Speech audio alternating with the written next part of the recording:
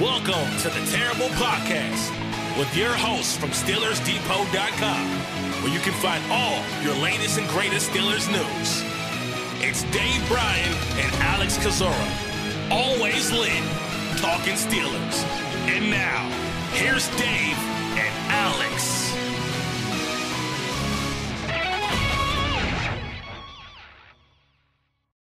Welcome to the Terrible Podcast, Season 13, Episode 99. He's Dave Bryan. I'm Alex Kozora, SteelersDepot.com. Thanks for being back with us here this, what do you want to call it here, around midnight, I guess, on Tuesday. By the time maybe people are listening to this, Dave and I recording here about 10:30 Eastern Time on Monday, the official first day of the legal NFL tampering period. The new league year begins on Wednesday, but Dave, already two big stories related to the Pittsburgh Steelers, just to kind of recap them off the top, and then we'll dive into them more specifically. Cornerback Cam Sutton headed to Detroit, and replacing him appears to be cornerback Patrick Peterson. So Sutton out, Peterson in, and it has been a busy day at Steelers Depot.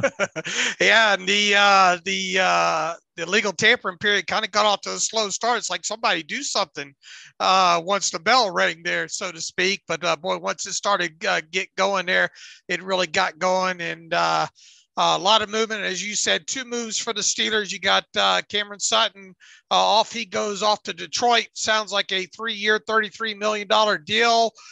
Sounds like $22.5 million.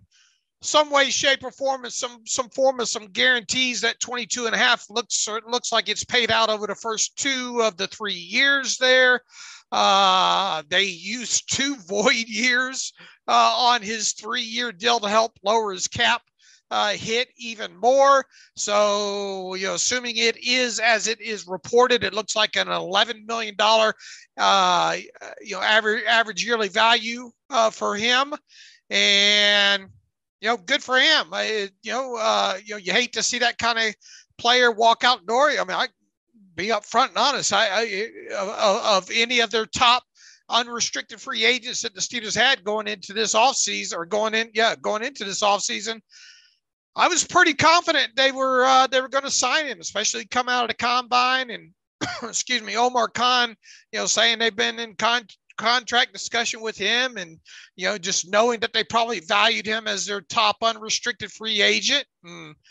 That wasn't it. They didn't value him enough, evidently, and I almost wonder how much those guarantees played into this, and if this is the Steelers sort of kind of once again trying to redraw that line on, if you're not a top tier top 5 player or so at your position, that they're going to carry the hard line with the first year guarantees. Now, did they have their price maybe set average yearly value a little bit lower, along with not offering the first 2 years essentially guaranteed? We'll never know the answer to that overall, but you can't fault Cameron Sutton. I don't guess in this situation here, but once again, quite honestly, I was surprised by that, because once again, I thought he would be retained early on in this process. I thought so too. I was becoming maybe a little less confident in that as the last couple of days have gone by, just wondering what a team, external team, go offer Sutton more than what Pittsburgh was willing to offer. And obviously I talked about kind of my mixed feelings a bit repeatedly on this podcast and on the site about, paying Sutton top 15 type corner money. I think he's now the 16th highest paid corner when you have the deletions of William Jackson and names like that. And then having him get paid all that money, and then is he really your true number 1 corner? To me, is that really solid top tier number 2 type corner, but all a moot point now that he goes to Detroit. And so really, I guess the theme of the day has been the theme of the last couple of days has been cornerbacks, because we didn't even talk about William Jackson getting released, which was a predictable, expected move, but one that Pittsburgh officially made nonetheless. And then Sutton goes out, and so you sat there wondering, okay, this cornerback room's looking, pretty bare at that moment. And I think even though we'll talk about Patrick Peterson, the addition, what he'll bring to this team, what I've said a couple times on Twitter today is that losing Sutton, trying to replace him, is probably going to be more than a one-man job. Peterson alone is not going to replace the value that Sutton had, which was so rooted in his versatility, playing in the slot, playing outside, dime defender, rotating as a safety to spin Minka down and give different pre-snap looks and rotations. And trying to do that with one guy is going to be really difficult to do. And so that's where I think you're going to really feel the loss of Sutton. He played his best football last year as an outside corner, but all that he gave you flexibility-wise, defensively, is something that a lot of guys don't have. And now Pittsburgh has to try to replace that. Yeah, but here's the thing. The other thing you were saying about Sutton, especially when we were talking about market values and all like them, are you going to pay this guy? I kept throwing out the $13 million right around there. Potential market value with him. You said, are you going to pay, you're going to pay a guy that potentially wouldn't travel or sure, wouldn't switch sides all that much. Well, the guy that you signed, I don't want to say replace one for one, because I think you did a good job of reviewing all that Sutton gave your defense, but you did get a guy, a very experienced guy. Obviously, everybody knows the name of Patrick Peterson. Heck, go about 5 years ago, and everybody was clamoring for him to sign with the Steelers then. But you get a guy that has more than been around the league, knows how to play, good locker room guy, at least from what I can tell, pretty good communicator in the back end of the defense. But here's a guy that, we'll get into what we've watched of tape so far here. Peterson, was a boundary corner, especially last year. I don't know. You'll have to tell us what you saw in the year before that tape. I think you watched the Steelers game. Mm-hmm. I watched the game late last season against the Giants there. But a guy that can definitely play both sides, and technically, if you needed him to, he could be a guy that travels against the team's number one. So this is a very experienced guy. Overall, and assuming he can stay healthy, and he's been healthy over his career now. Mm-hmm. He's missed very few games over the course of 12 years in the NFL here, and so it's a little bit. And you get him cheaper, average per year. The Patrick Peterson contract, at least the initial reports, 2 years, $14 million. It looks like a little shy, less than $6 million guaranteed on this. If it's structured the way I think that it's structured, and we're still waiting to know the exact signing bonus and the exact base salaries in this, but it looks like it's a hair over $7 million for in total cash for 2023, with essentially a slightly less than $7 million option, if you want to call it that, for 2024. So if he plays well, then he'll see the 2024 year. If he falls off the cliff, then you have an out in that. But if you were, the fact that you did lose the kind of player like Sutton, at least you've got a veteran guy that looks like he's going to mesh real well in that locker room. Looks like he can still play on tape to at least come in and replace him. And on top of it, this still does not prevent you whatsoever, because we were talking, even if this team re-signed Cameron Sutton, the odds were high that they were going to draft a cornerback early in this draft. They still probably are. On top of it. So, a guy in Patrick Peterson, you would think would be willing to mentor whoever comes into that room on top of it. And, maybe whatever side he plays on too, lets Minka kind of cheat somewhere else, a little bit, when it calls for it in those situations there. So, not the way I got out of bed. I tell you what, reality late this evening, Patrick Peterson posted an edit on his Twitter feed of him wearing number 7. That's not an image. That's not an edit image I woke up and got out of bed thinking I was going to see today.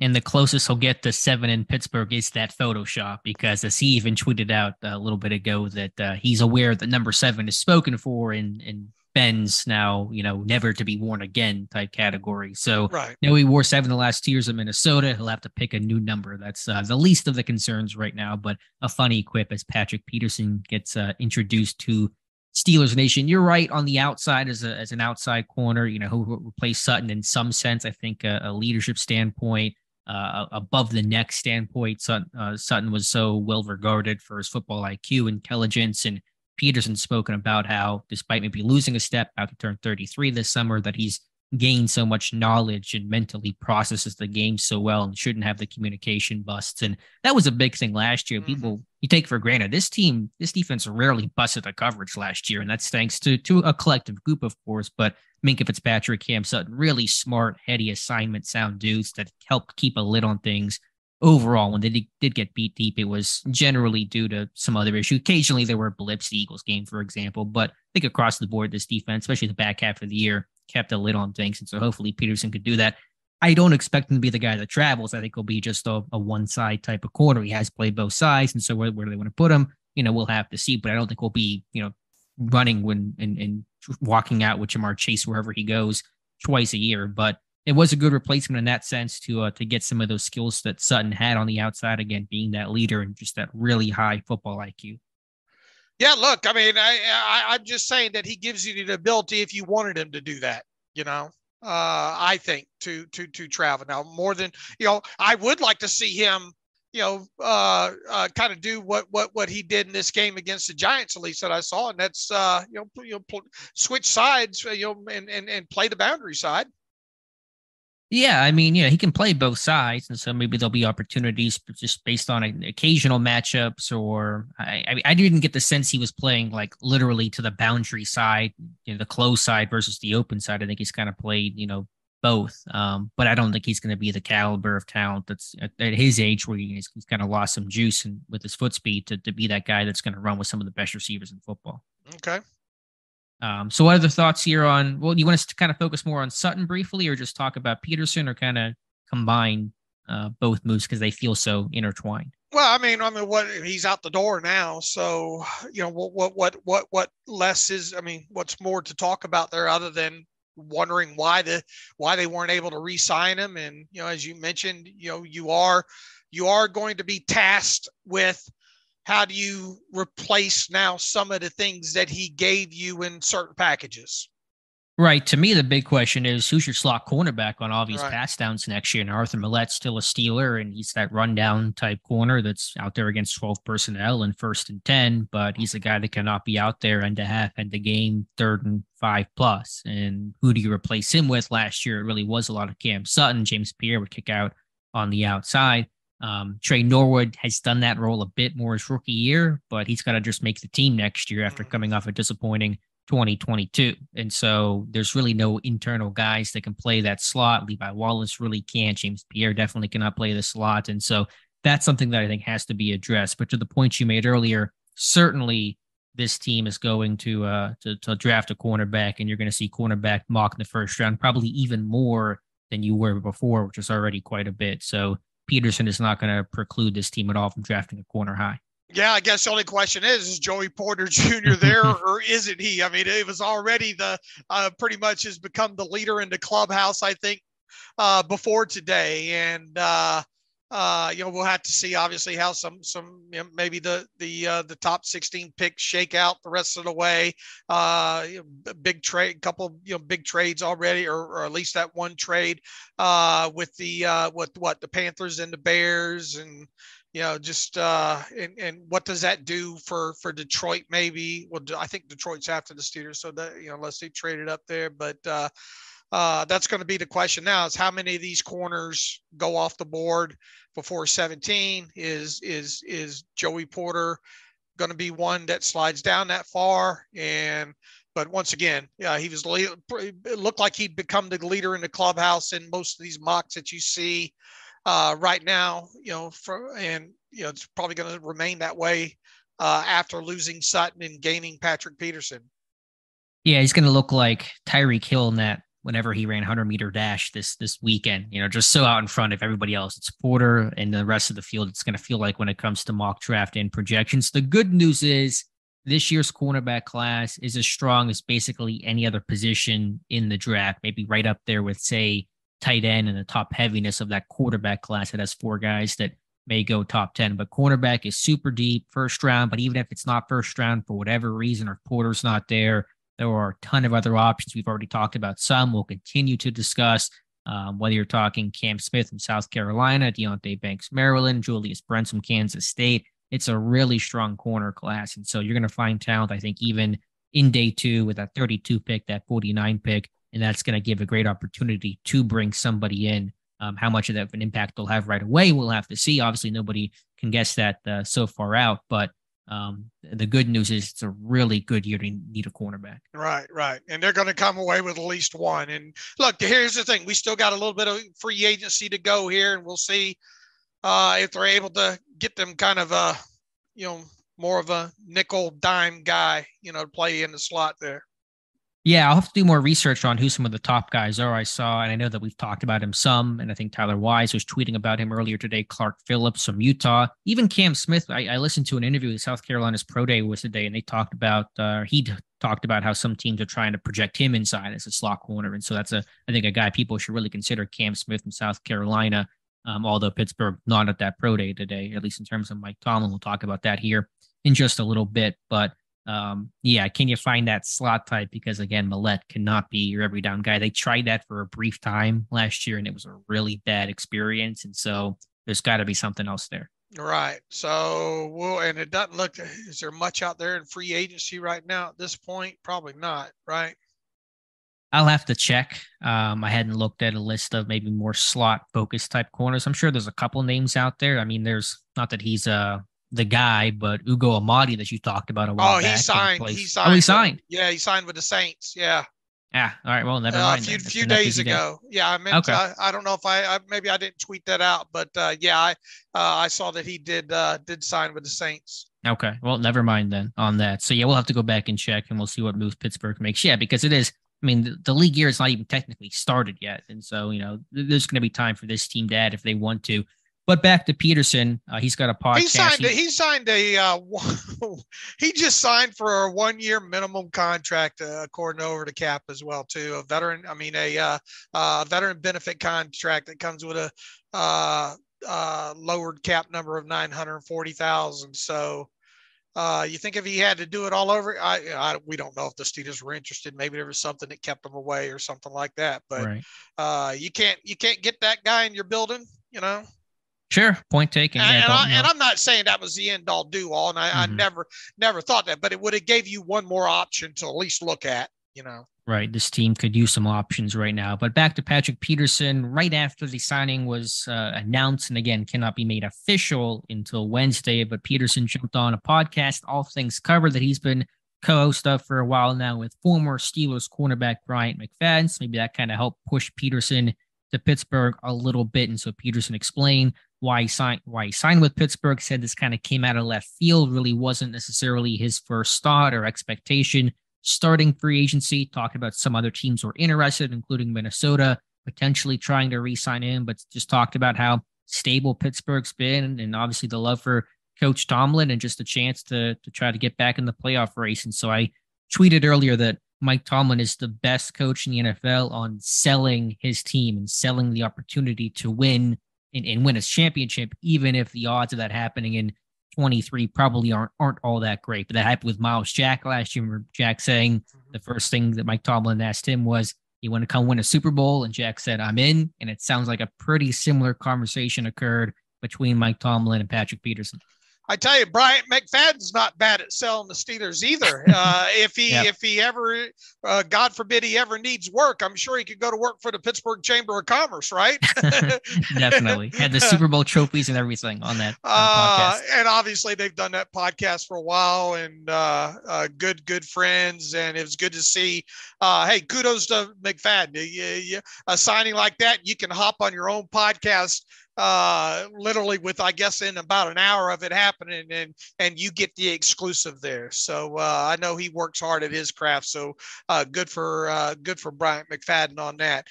Take you back to what Mike Tomlin said about Patrick Peterson during I guess it was a Tomlin Tuesday. When was that Vikings Steelers game? And it was later on in 2021. Was that a night game? It was a primetime game. Yeah. Okay, so maybe it was still a Tomlin Tuesday, but I went back and chased down the quote from that. Mike Tomlin always opens up and talks about the other teams and all like that, and he got to talking about briefly about Patrick Peterson. He says, Pat P can play off. He can play bump. He's physical in coverage. He's physical versus the run.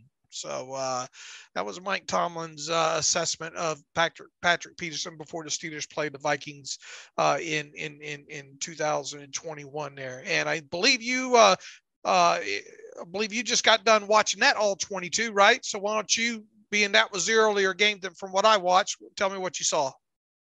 Yeah, still trying to look at the collection. I want to get a couple more games in. I'm 2 games in right now. That what that else Steelers game last year and the Eagles game in 22. I wanted to see him against A.J. Brown, Devonta Smith, and just that Eagles offense.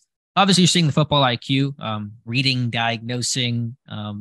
You can't run a double move on this guy. He's going to know what you're doing, and just that football IQ and film study tendency and where routes break. I mean, he is able to diagnose the out and ups and the slant and goes and all that kind of stuff, and really mirrors those things really well.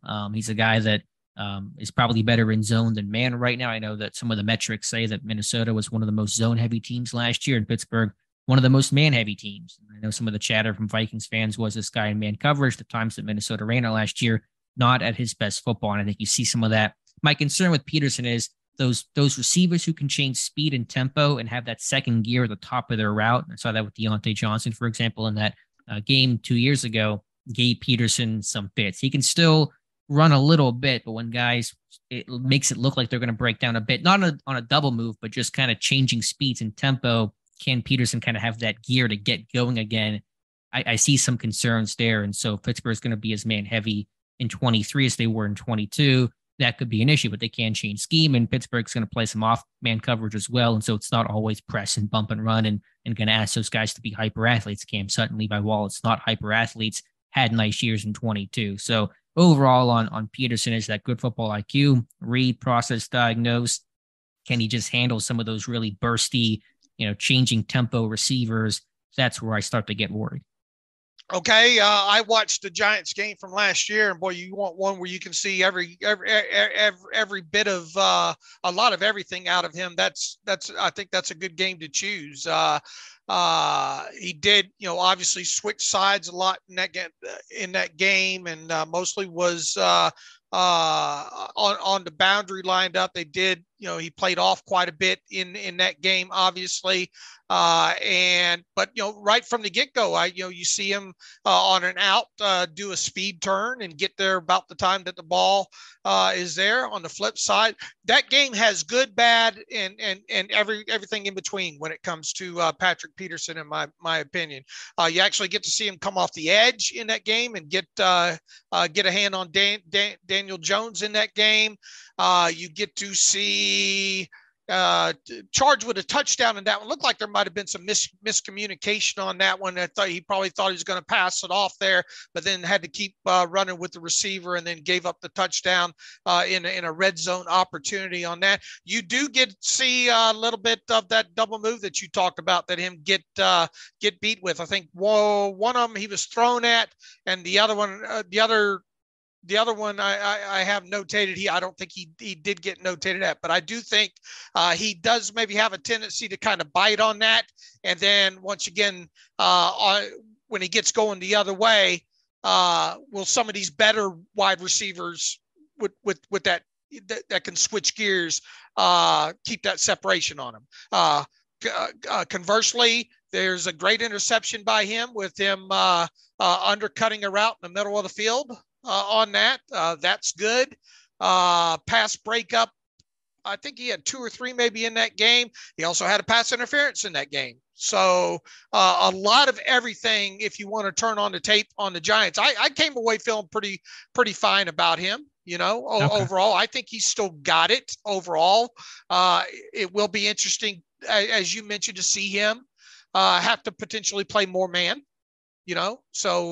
That I think will be the biggest question overall with him, I think, is how does he transition to potentially more man situations? And that's really about, I think I come away with the only real question about him. You don't really get to see him tackle all that much in that game overall. It was one instance of him being pretty physical with a wide receiver right close to that mark where you're not allowed to hit them, after they released the ball wasn't thrown that way, but he knocked the receiver down on the ground in that instance there. Once again, I think 2 or 3 pass breakups in that game, had the interception, was charged with a touchdown down in the red zone over there. But you see another thing that stuck out to me too, some communication in there. You really see him using his arms and trying to communicate with the defense in there. And the other thing, we at least once in there, you do get to see him come off the edge as well too. Yeah, I think I think with the double moves, I think he does a good job to not bite on them. I mean, everybody sometimes will occasionally get beat, but I think overall, and he had help on the one, right? Over the top to his side. Although the safety was a little bit late, I kind of think going over there, and it ended up being incomplete on the one specifically that I'm talking about there.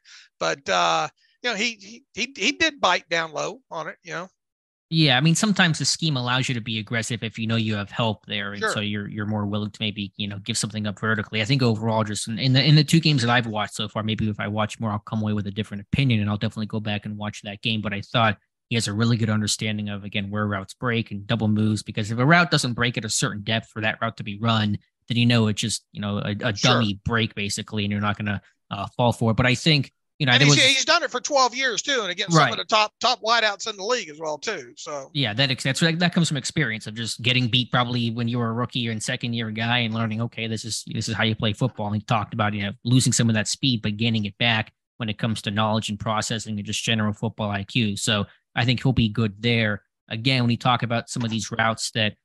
Some of these guys come off their route a little bit slow on post to try to, fool which way this thing's going to go. And then they really burst and they're running a post. I think James Washington in that Vikings game had a touchdown on a post where he kind of, created space at the top there. So he stuck his foot in the ground and took off to the middle of the field. And Peterson had trouble keeping up. And so you kind of worry about in those moments, not double moves, but just changing speed and tempo. Again, I think that's going to be the concern if Pittsburgh's going to play a lot of man coverage in 23. Once again, I have only had the time to watch the one game, and that was the Giants game. And I didn't come away with a sinking feeling or anything like that from that one game. So obviously by the time next Friday, or by the time Friday rolls around, I'll have a couple more from last season under my belt there. But I don't, you can win with him. Plain and simple. Yeah, I think he had a good year. I mean, he had 5 picks last year. He, was healthy, and if you care about the metrics, he was the 10th ranked cornerback by PFF standards. And so to be 32 years old and still playing that kind of ball, I think maybe in his time later in Arizona, it was kind of starting to come down. You thought, okay, that's going to be it for him, and he's kind of been able to reinvent himself in Minnesota. And then so I don't think he's approaching the cliff, but obviously he's going to be 33. And another thing just to note here, talk about some of the differences between Omar Khan, Kevin Colbert. You never heard of a 30-plus-year-old defender getting signed by Pittsburgh unless maybe you had already been in the organization before. And so Willie Williams. Yeah, like a Willie Williams. So this is a pretty big departure there to have that kind of age. That's why I never even thought about him, just because I was going to assume until proven wrong, and now we're changing our mindset that 30-plus defender, not going to be the guy in Pittsburgh. But obviously, welcome Patrick Peterson, who's 32. Well, that's one of the things we talked about with the change over to Khan, right? What are some of these things that are potentially going to change? And look, it doesn't sound like this came together pretty quick, right? With him. Yeah, he says it came out of left field, was not expecting it. So yeah, it seems pretty quick. So, are we to assume that the Steelers maybe thought they were in this thing with Sutton until they weren't? We don't know right now, but that's probably a pretty fair assumption. It doesn't sound like Peterson had his agent at the combine talking to Pittsburgh and kind of felt like, okay, Pittsburgh's going to be in play here. So I feel like some of the reporting the last couple of days have been talking about how Sutton, no NFC North teams might be interested and he might not stay in Pittsburgh. So I don't feel like Pittsburgh was in it until the last second. I feel like they maybe made an offer over the weekend on Friday, their best type offer, and Sutton said, I'm going to test the market. So if I had to kind of guess, I think that's how it's going to go. It was maybe a complete shock that to Pittsburgh that they lost Sutton, but I think obviously things came together pretty quickly when it comes to Peterson. In other words, once they knew they was out with, and who knows, maybe they had a couple quick conversations with Peterson's agent, just testing them, ahead of time, just in case something did fall through. But the the way I kind of take this was, okay, Sutton, Sutton wants us to top this offer or whatnot. We're not going to do it.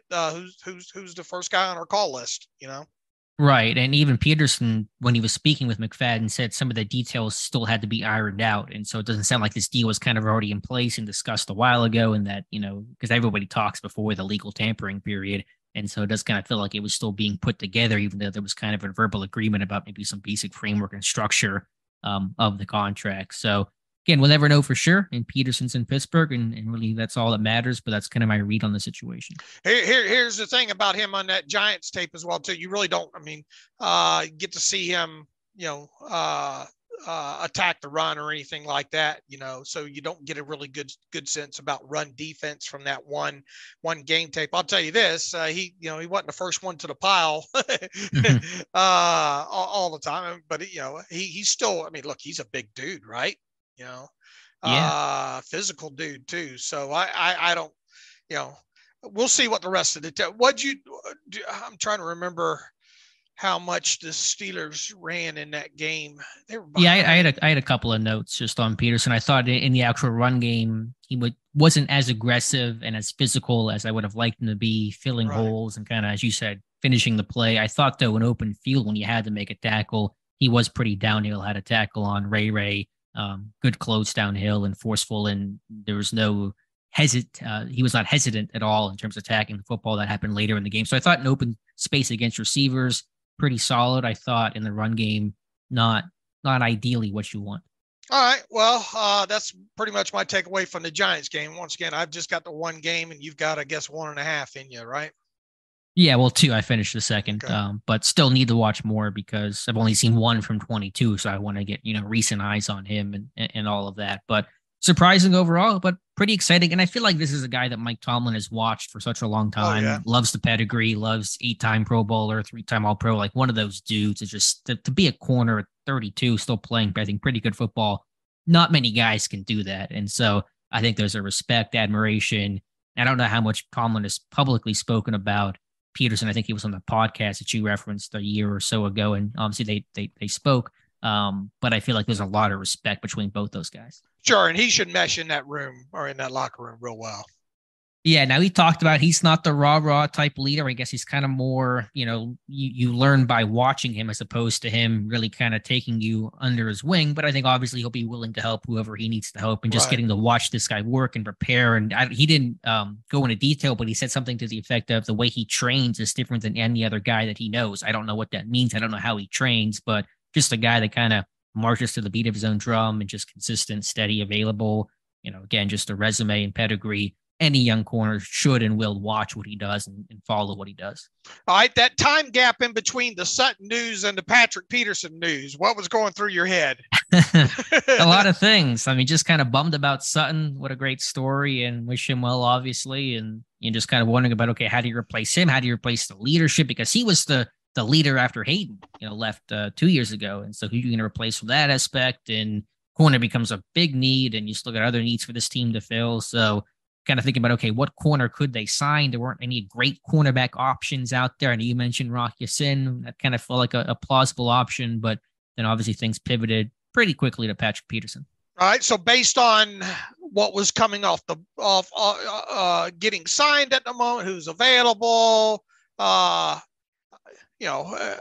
think for the loss that they had, I think you can do worse than Patrick Peterson.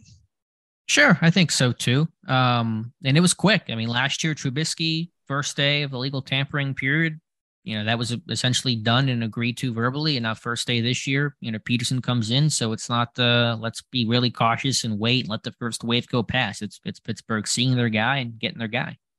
I tell you, for a little bit, I was staring at that list that I put out on the Twitter machine. Steeler cornerbacks under contract right now after they lost Sutton and before they signed Peterson. Akella Witherspoon, Levi Wallace, Arthur Millette, Duke Dawson, Madre Harper, Chris Wilcox. And if you want to, we still don't know anything about these restricted tenders yet, but you have to think, you think James Pierre will be back. but he's not officially back yet. We haven't heard anything about any of the tenders yet.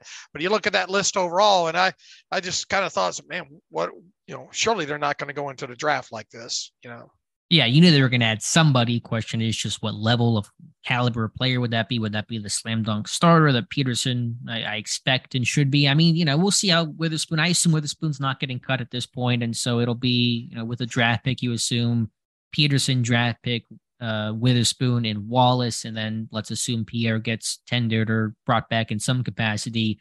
That's probably your group next year. But I imagine Peterson, he wasn't coming here to be a backup or be a rotational type guy. So it should be him and Levi Wallace starting week 1. I would think so from where we sit right now. Yep. But again, sub packages, let's say one of those guys comes on the field. Let's just say it's Witherspoon. I don't know who's bumping inside. So there's kind of a lot. I mean, they could try Levi. They did a little bit last year. It did not go well. They were kind of getting beat on overs and just didn't feel comfortable. And he's not really done much of that. If you had to pick a guy right now, I guess it would be Levi Wallace. But I think there's certainly a lot of work to be done there. All right, outside of that, all quiet. Sutton's the only unrestricted guy they've lost at the time of this recording. That means the Larry Ogunjobis and the Terrell Edmonds and the Spillanes and the Gentrys are still out there right now. And as we mentioned, I almost wonder if this market's going to hurt these restricted guys. In other words, might the Steelers be able to bring a couple of these restricted guys back, but not at nearly $3 million on a restricted tender? Sure, that's possible. Normally we get this news by now, right? It flushes out one way or the other. And in fact, around the league, and I haven't been religiously watching for other teams' restricted free agents, but I haven't seen a lot of news on that. Yeah, I hadn't paid close attention. I know a couple guys have been tendered, but I think I have not heard a lot of action there. So I'm not sure what the rationale, what the reason could be there. But yeah, it's been all quiet. And so where I kind of pivot towards now, not ignoring cornerback, you still have work to do there, but defensive line, because right now it's Cam Hayward and a lot of unknowns. And so Ogunjobi, what's his status? There's still time. Obviously, we're not panicking, but you do wonder about that inside linebacker. For as deep of an inside linebacker free agency class as it was 24 hours ago, it's pretty it's drying up right now because all those guys, and it was pretty cheap. I mean, no one got paid as much as I think people thought he would get paid. I thought TJ Edwards came in pretty recently priced, same with David Long. Tremaine Edmonds obviously got paid handsomely, but not maybe quite at the level people thought that he would. And so I don't think price was not the reason why Pittsburgh didn't sign some of these guys that we know of at least. And so you kind of wonder about the plan of action there. Boy, from I guess about the time that a little past time that the Sutton news came in, boy, those linebackers really started going at that point there. And as you mentioned, some of them for surprising deals. A couple of them maybe feel like potential overpays, but that list has gotten short now. Yeah, still a couple of names: Leighton Vander Esch, Rashawn Evans. I think Jonathan had mentioned earlier he was a guy that Pittsburgh was highly interested in. Whenever he came out of the draft, I think Pittsburgh would have taken him had he not been off the board. So that's a name to look for. But I think maybe some aspect of this might just be they're going to re-sign Robert Spillane and go draft somebody because maybe they're just tired of doing the whole free agent type thing and striking out, which they have repeatedly over the last post-Shazier era last 5 years or so. And so I wonder if that's going to be their plan is Miles Jack, Mark Robinson in year 2, re-sign Spillane, and go draft somebody within their top 3 picks. Seems like it was a good day for offensive linemen around the league, right?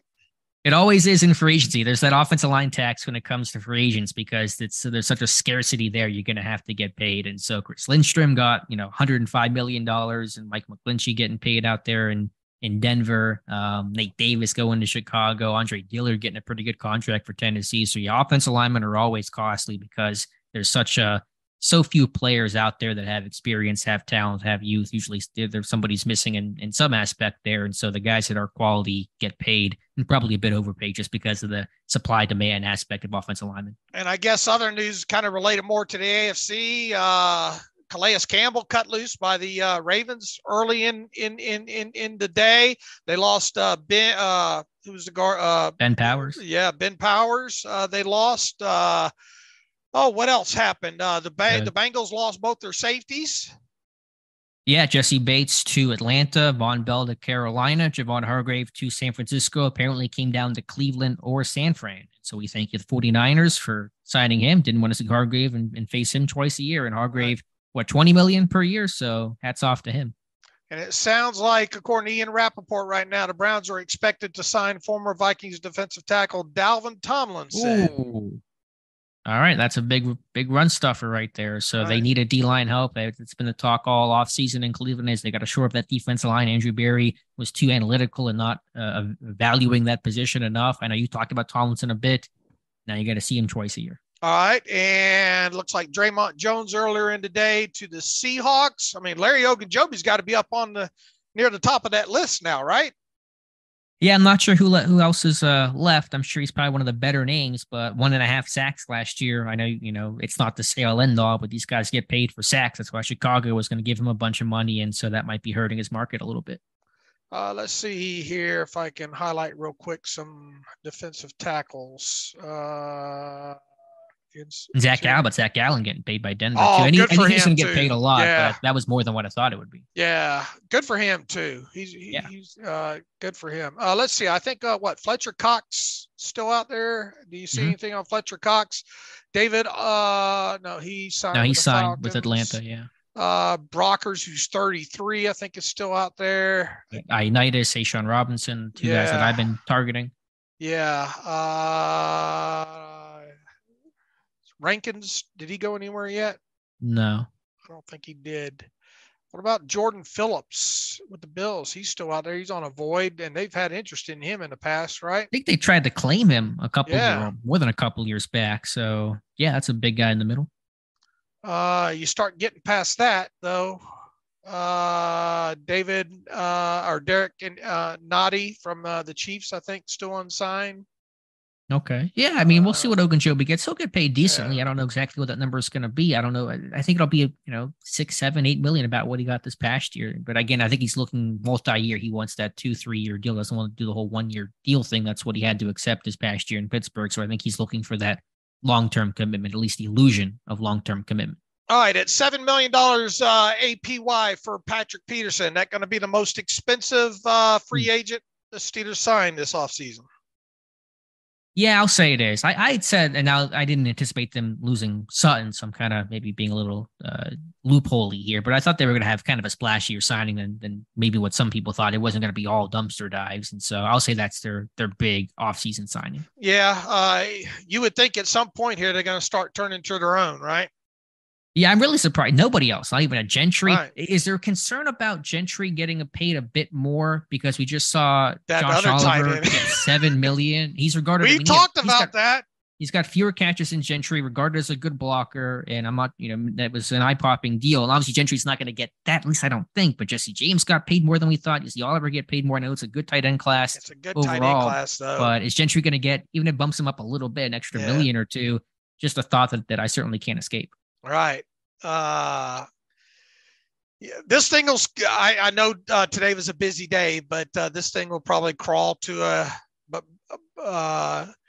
the time the real signing period starts, this thing will probably crawl at that point, But they got to get some of these guys re-signed. I mean, if all these guys are hitting the market, some of them may return, but I mean, they're gonna lose just chunks of this roster. Spillane and Edmonds and Casey and Gentry, and just the list goes on and on. I mean, you look at the list, right? Ogunjobi, they're not going to re-sign Devin Bush, we don't think. Chris Wormley, obviously, later in the summer. Derek Watt still out there. Edmonds, obviously. Spillane. Casey. Man, get Casey and Edmonds locked up now. Who else we got here?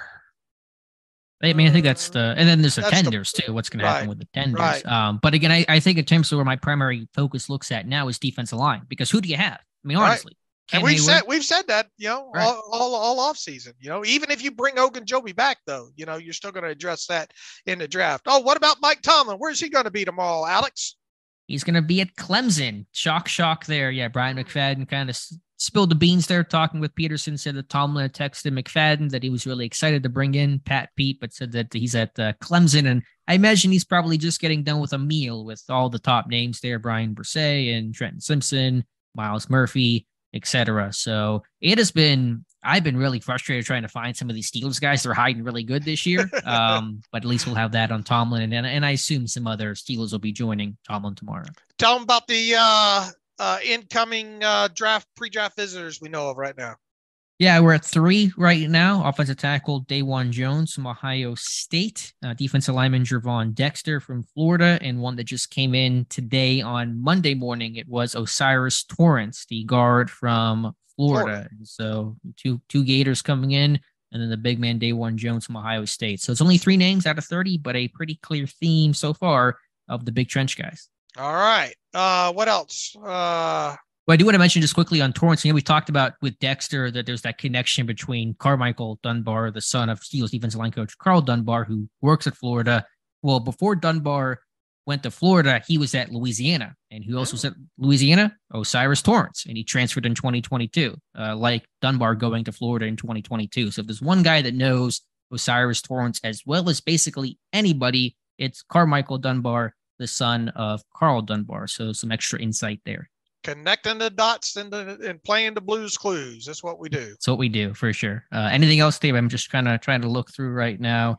Yeah, I don't want to run this too long because the news cycle will catch up with us here pretty soon. But we just wanted to get on. We chose not to have a podcast earlier today because nothing had happened really since Friday, and we knew. What about Tomlin on the Ben Roethlisberger podcast? That's another thing why we held off for the morning show. Still listening through, but obviously Ben didn't want to ask any too touchy questions about current day events. It does sound like, though, Tomlin on the competition committee, I think Matthew's going to write this for Tuesday morning, that the league is probably not going to do anything with the whole Eagles quarterback sneak push situation. It sounds like they're going to let the league they're going to let defenses see how they can counter that this year in 23. They still can't really stop it, then maybe it gets revisited 2 years from now. And so Tomlin said that he's talked to some defensive guys, and basically the defense's best counter to this is going to be push back. And what that looks like, I'm not quite sure, but it's going to be a rugby scrum, I think, in 2023. Okay. And I did see a little bit I haven't even gone to look at the official release of what's,